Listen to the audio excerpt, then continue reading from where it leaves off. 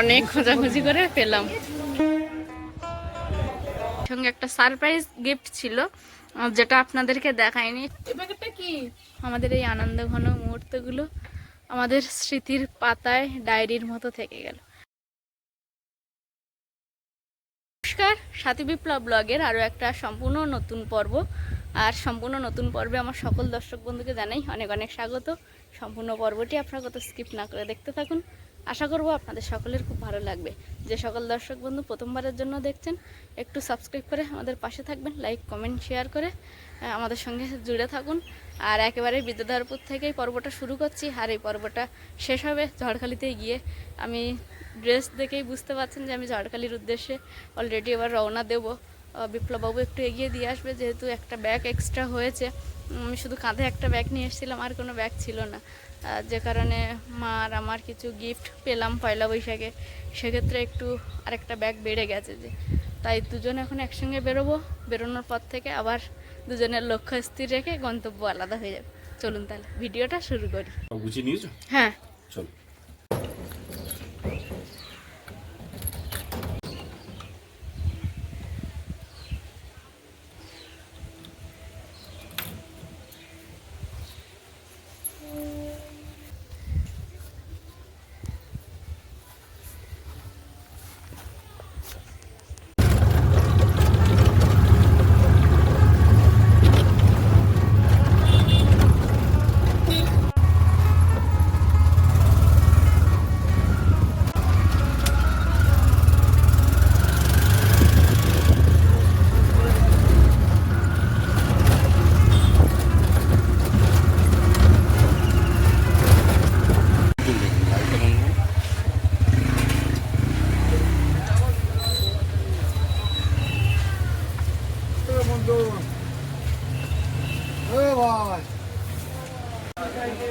অনেক খোঁজাখুঁজি করে পেলাম।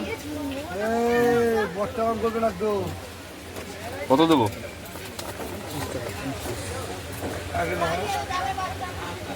হ্যাঁ, চলো।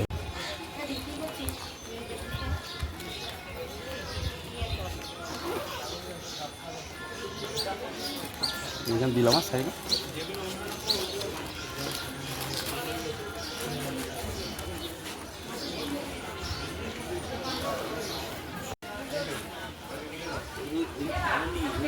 দুজন একসঙ্গে বেরিয়েছি। আমার ট্রেন এপারে আসবে আর বিপ্লববাবু ট্রেন ওপারে, কিন্তু এখন যাচ্ছে টিকিট কেটে আনতে।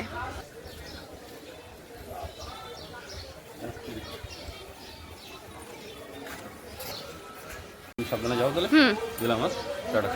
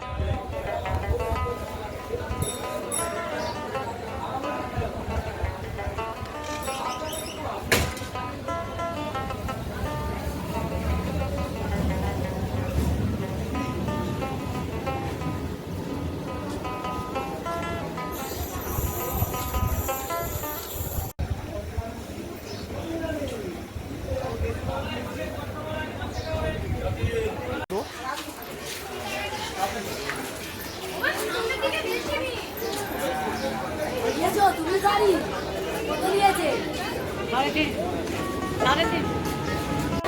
ওই দিকে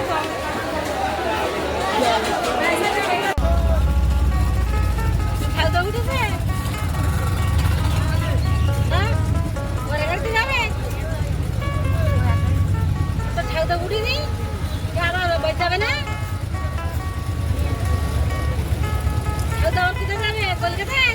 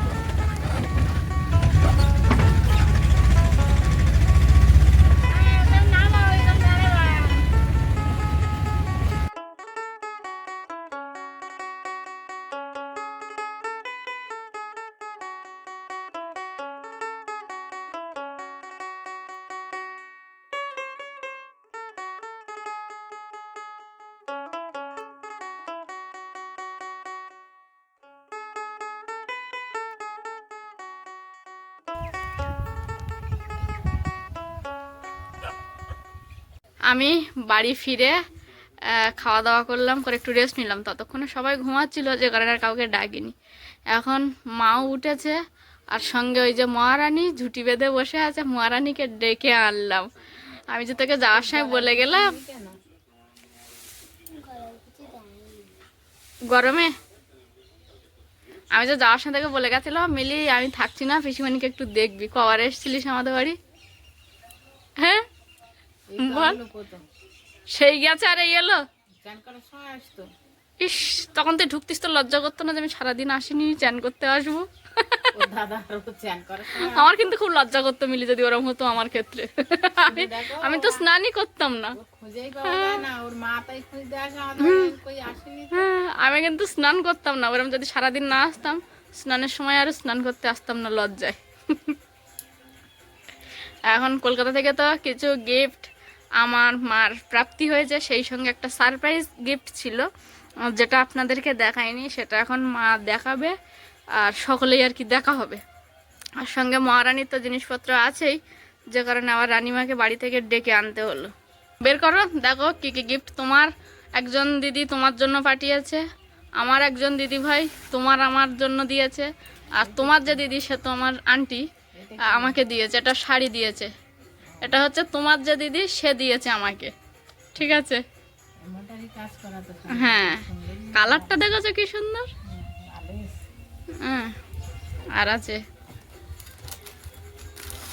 হ্যাঁ এটা হচ্ছে তোমার দিদি তোমাকে দিয়েছে। হ্যাঁ কালকে ভিজিয়ে দিয়ে পড়া শুরু করে দাও। হ্যাঁ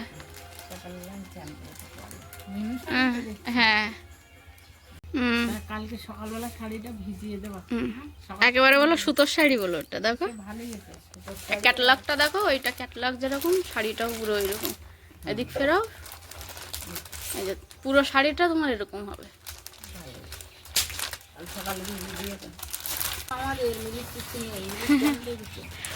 এটা হচ্ছে আমার একজন দিদি ভাই দুজনকে গিফট করেছে, মানে সে পছন্দ করে আমাকে নিতে বলেছিল, সে কিছু টাকা পাঠিয়েছিল, সেখান থেকে নিয়েছি পছন্দ করে। দুটো শাড়ি দুই রকম নিচ্ছিলাম, কিন্তু একটা শাড়ি খুব বেশি পছন্দ হচ্ছিল, আর একটা শাড়ি একটু পছন্দ হচ্ছে কিন্তু ঠিক করে হচ্ছিল না, তাই দুটোই একই শাড়ি নিয়েছি। না না না, সেগুলো আলাদা প্রিন্টের ছিল। খোলো, সেই শাড়ি বেশি পছন্দ হচ্ছিল সেইটা না ওইটা নিইনি, কারণ তাহলে কাকে কোনটা দেবো ওই জন্য। না, তবে এটা হলো দুজন একসঙ্গে, সেই দুজনে যেমন গোলাপি শাড়ি আছে না একই, ওই জন্য একই নিয়েছি, সেম। কুচির কাজটা আবার আলাদা একটু ডিজাইন আছে, পুরো শাড়িটা এরকম ক্রাফট টাইপের। ওটা যখন পরবো দুজনে একসঙ্গে পরবো।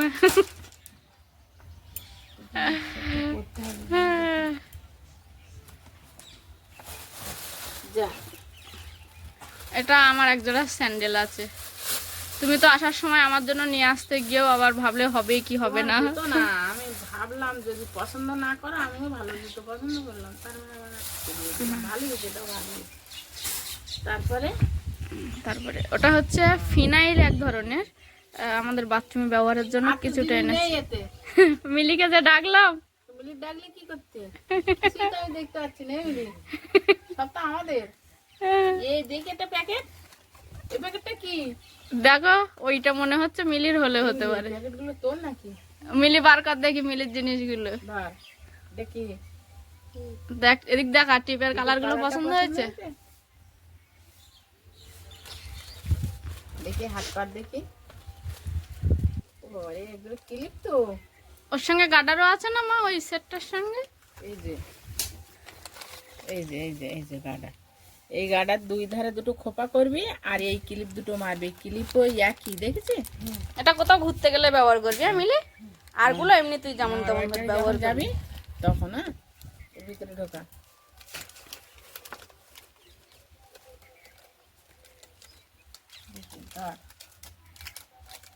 এর ভিতরে ঢুকিয়ে দিই। যেমন ছিল নতুন মানে নতুন। যখন তখন যেখানে সেখানে ঘাটে ঘাটে ছুঁড়ে ফেলে যেন বলো না আমি এখানে রেখে গেলাম। আরে একদিন সেই ভাইয়ের বাইকের গায়ে গার্ডার রেখেছে, আমি তো যখন না খুঁজে পাইছি বললাম যাক তো চড়কের সময় কিনে। আর এটা হচ্ছে সব সময় দুটো করে যখন ছুটি বাঁধিস এই গার্ডার আবার চানের সময় ঠিক জায়গায় রেখে যাবে, আবার যেন খুঁজে পাওয়া যায়, যেন ওই ঘাটে আবার ফেলে তুই যায় না। না, ওই সেইটা পাওয়া গেছিল ভাইয়ের বাইকের যে একটা সে পাওয়া তো গেছে, আর তার আগে হ্যান্ডেল টাইপের আছে ওখানে। হ্যাঁ আর শিকারিতে গেছে, যাক চড়ক মেলার সময় তো কিনে দেবো। হ্যাঁ, এই শিকারুক্তির জন্য তো এইগুলো হলো। ওরে বাবা রে, দুটো ক্লিপ তো, দু জোড়া। এক কাজ করে, এক জোড়া আমার, দৃশ্যক্ষণ মা আমি এক জোড়া পারবো। বলো মিলি গিফট গুলো কেমন হয়েছে? আর তোমাকে দুটো চকলেট আমি দেবো, সেটা কিন্তু আমার একজন আন্টি আমাকে ভালোবেসে দিয়েছিল, আমার ভালোবাসা থেকে একটুখানি আমি তোমাকে দিচ্ছি, ঠিক আছে মিলি? চকলেট বলতে পারতাম এতগুলো জিনিস হলো, আবার চকলেট পাওয়া হয়। চকলেট দুটো কমনকে দিয়ে দাও। ধরো, নিয়ে যাও। জান মা বাড়ি আছে, ওগুলো মার কাছে মাথায় দিয়ে দাও, গুছিয়ে রাখতে বলিস। হ্যাঁ, মাথায় ক্লিপ আছে, গাডার দিয়ে আবার আসবি হ্যাঁ মিলি? বড় গাডার দুটো বাইরে রাখিস কেন, আর সব পুরো দৃশ্য কেন যখন মিলি পিসমশাইকে দেখালি না তুই? কয়েকদিন বিপ্লব বাবুর কাছে গেছিলাম, দুজনে মিলে কিছুটা সময় বেশ আনন্দের সঙ্গে কাটালাম। তারপরে সে তার জায়গায় থেকে গেল, আমি আমার পুরাতন ছন্দে আবার ফিরে আসলাম। আর এই ভিডিও করে আমি একটা জিনিস দেখলাম, আমাদের এই আনন্দ ঘন মুহূর্তগুলো আমাদের স্মৃতির পাতায় ডায়েরির মতো থেকে গেল। যদি কখনো ডায়েরিতে লিখে রাখতাম, হয়তো লেখাগুলোর সঙ্গে ওই যে সময় যে জিনিসটা ঘটেছে সেই ছবিটা হয়তো অনেক সময় ঝাপসা হয়ে যেত বয়সের সাথে সাথে, সময়ের সাথে সাথে। কিন্তু এই যে ভিডিও করে রাখছি, কোনো কিছুই আবছা হবে না, সব কিছুই একেবারে উজ্জ্বল থাকবে, মন চাইলেই যখন তখন একটু দেখে নিতে পারবো। ঝড়খালির বাড়িতে যেহেতু ফিরে এসেছি, পুরাতন ছন্দে আমার যে কাজগুলো আছে টুকটুক করে করবো। আবার এমনি পারবো তুলতে?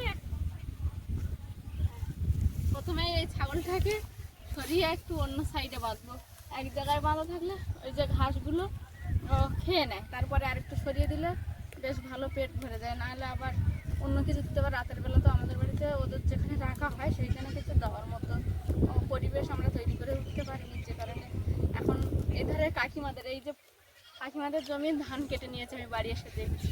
আস্তে আস্তে এক টাইমের পরে পুরো মাঠটা আবার ফাঁকা হয়ে যাবে।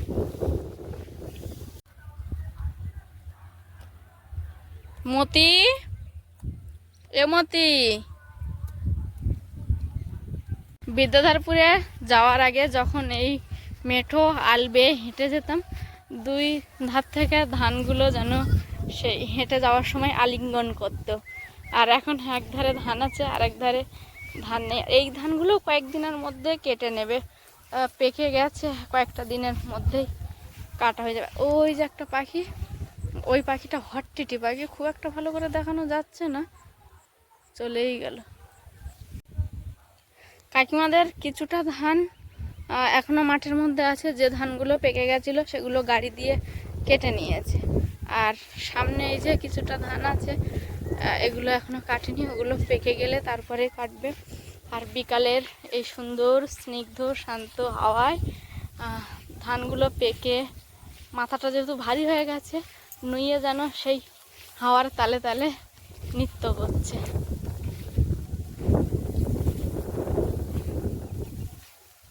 এখন এই মেঠো রাস্তা ধরে যাব যে পুকুরটায় মাছের খাবার দেওয়া হয় ওই পুকুরে, কারণ পুকুরটা ছেঁচিয়ে মাছ চেক করেই আমি চলে গেছিলাম, বাদ বাকি কিছুই করিনি। এখন দেখব জল তুলতে পুরো পাইপ লাইন দিয়ে গেছিলাম, জল সে সময় কাকিমা বাড়ি ছিল না বলে তুলতে পারিনি। এখন দেখব কতটা কি জল তুলে দিয়েছে, সেই সঙ্গে আবারও মাছের খাবার দেওয়া স্টার্ট করতে হবে।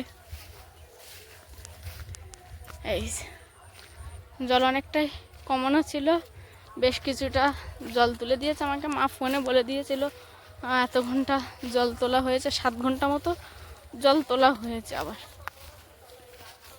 এই যে সেই পুকুরটা,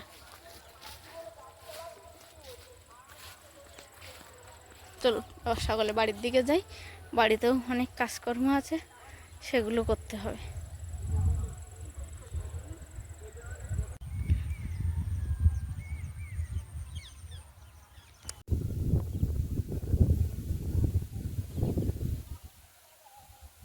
এই যে অনেক দিন পর, মানে সব কিছু এসে যেন নতুন নতুন লাগছে। একটা সপ্তাহ বাড়িতে ছিলাম না, তারপর আসার পর সব কিছুই নতুন লাগছে।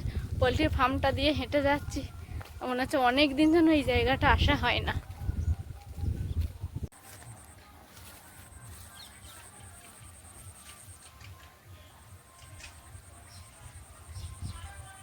ম্যাক্স ম্যাক্স বাবা, আমি আসার পরে কতক্ষণ, ও বাবারে থাক থাক। এই হচ্ছে আমাদের ম্যাক্স বাবু। ছাগল হচ্ছে বাদ দিয়ে গিয়ে এখন ওই পাত দিয়ে ঘুরে আসলাম। পুকুরের পালাগুলো কে ফেলে দিয়েছে, বাবা না ভাই? বাবা। আর চুন মনে হয় মারা হয়ে গেছে, সাদা সাদা দেখলাম ওই পাড়ে। মানে দুটো করে পা, হ্যাঁ একদিন আজকে সকালে আর দুটো পার মেরেছে। ও, কাকিমাদের জলের টাকাটা দেওয়া হয়নি, দিতে হবে না? দিয়ে দেবো। জলের দাম কত? 7 ঘন্টা? আচ্ছা, বাবা ওই আচারের কুটো বার করে রোদ দিল, তুলে দিচ্ছি। কুটো দুটো বন্ধ করে দেওয়া। বাড়িতে এসে সব নতুন নতুন লাগছে, সেই সঙ্গে বাগান বাড়িটারও একটু রূপ বদলেছে দেখছি। বাগান বাড়িটা অবশ্যই আপনাদেরকে দেখাবো। তার আগে এই যে আমি কিছু আম কেটে রেখে গেছিলাম, সেগুলো এটা কে করেছে? বাবা রোদে দিয়ে দিয়ে রেখেছে না মা রোদে দিয়ে দিয়ে রেখেছে? আমি সেগুলো খেতে ভালোবাসি, এই দায়িত্বটা বাবাই নিয়েছিল। এই যে আমার এখানে লেবুর আচার আছে একটা বয়েমে, বাবা রোদে দিয়েছিল। এটা হচ্ছে আম তেল। রোদ্র দিতে হয়, খারাপ হয়ে যায়। বাবা মনে করে রোদে দিয়েছে। কোনো তো একবার ঢাকনা চাপা দিয়ে ওই করে দাও। তুমি আছো তো জানি, তাই। হ্যাঁ একদম শুকিয়ে গেছে।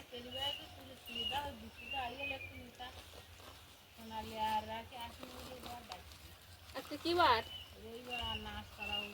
ও নাচের না, আচ্ছা আচ্ছা।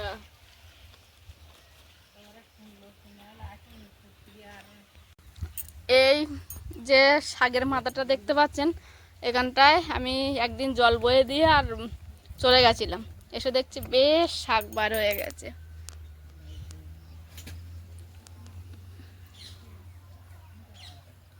এটাই একটা কুমড়ো গাছ যেটা সবার আগে বার হয়েছিল, আর সেই কুমড়ো গাছে তো মা নিজে হাতে পরাগ মিলনটা ঘটিয়ে দিয়েছিল। প্রথম যে কুমড়ো আমি ঢেকে রেখেছিলাম, সেই কুমড়োটা দেখুন একটু একটু করে বেশ বড়ও হয়েছে।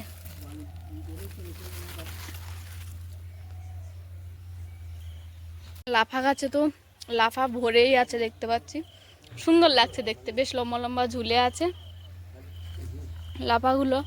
আর ঢ্যাঁড়স গাছ তো আপনাদেরকে এর আগেও দেখিয়েছি, ভালোই ঢ্যাঁড়স উঠছে। শশা মনে একটু ফলন কমে গেছে না মা?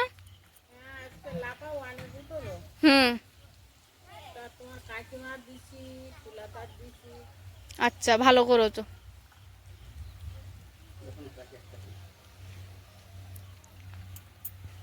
উচ্চা গাছে ফুল ধরেছে সেরকম দেখে চলে গেছিলাম, এসে দেখছি বেশ কয়েকটা ছোট ছোট উচ্ছে ধরে আছে গাছে।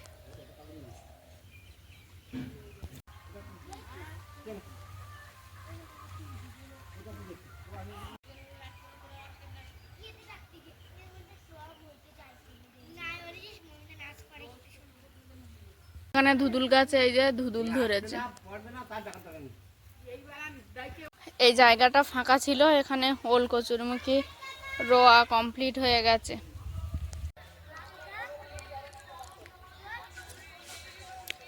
এই কলার কাঁদিটা বাবা আর আমি দুজন চোখ দিয়ে আছি কখন পাকবে, কারণ চোখটা দিয়েছে এই কারণে পাকলেই পাখিতে খাবে, তো পাখির জন্য না খেতে পারে সেই জন্য। আর কলার কাঁদিটা গাছে আছে, গাছটাও ঝুলে যাচ্ছে হাওয়ায়, তাই আবার এই যে দড়ি দিয়ে বেঁধে আম গাছের সঙ্গে ভালো করে শক্ত করে টেনে বেঁধে দিয়েছে বাবা।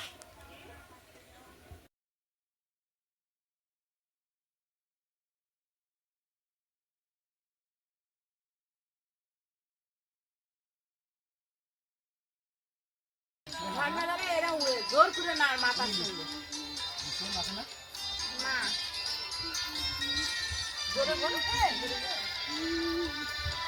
বিতদারপুর থেকে চলে আসছি, সেইখান থেকে ভিডিওটা শুরু হয়েছিল।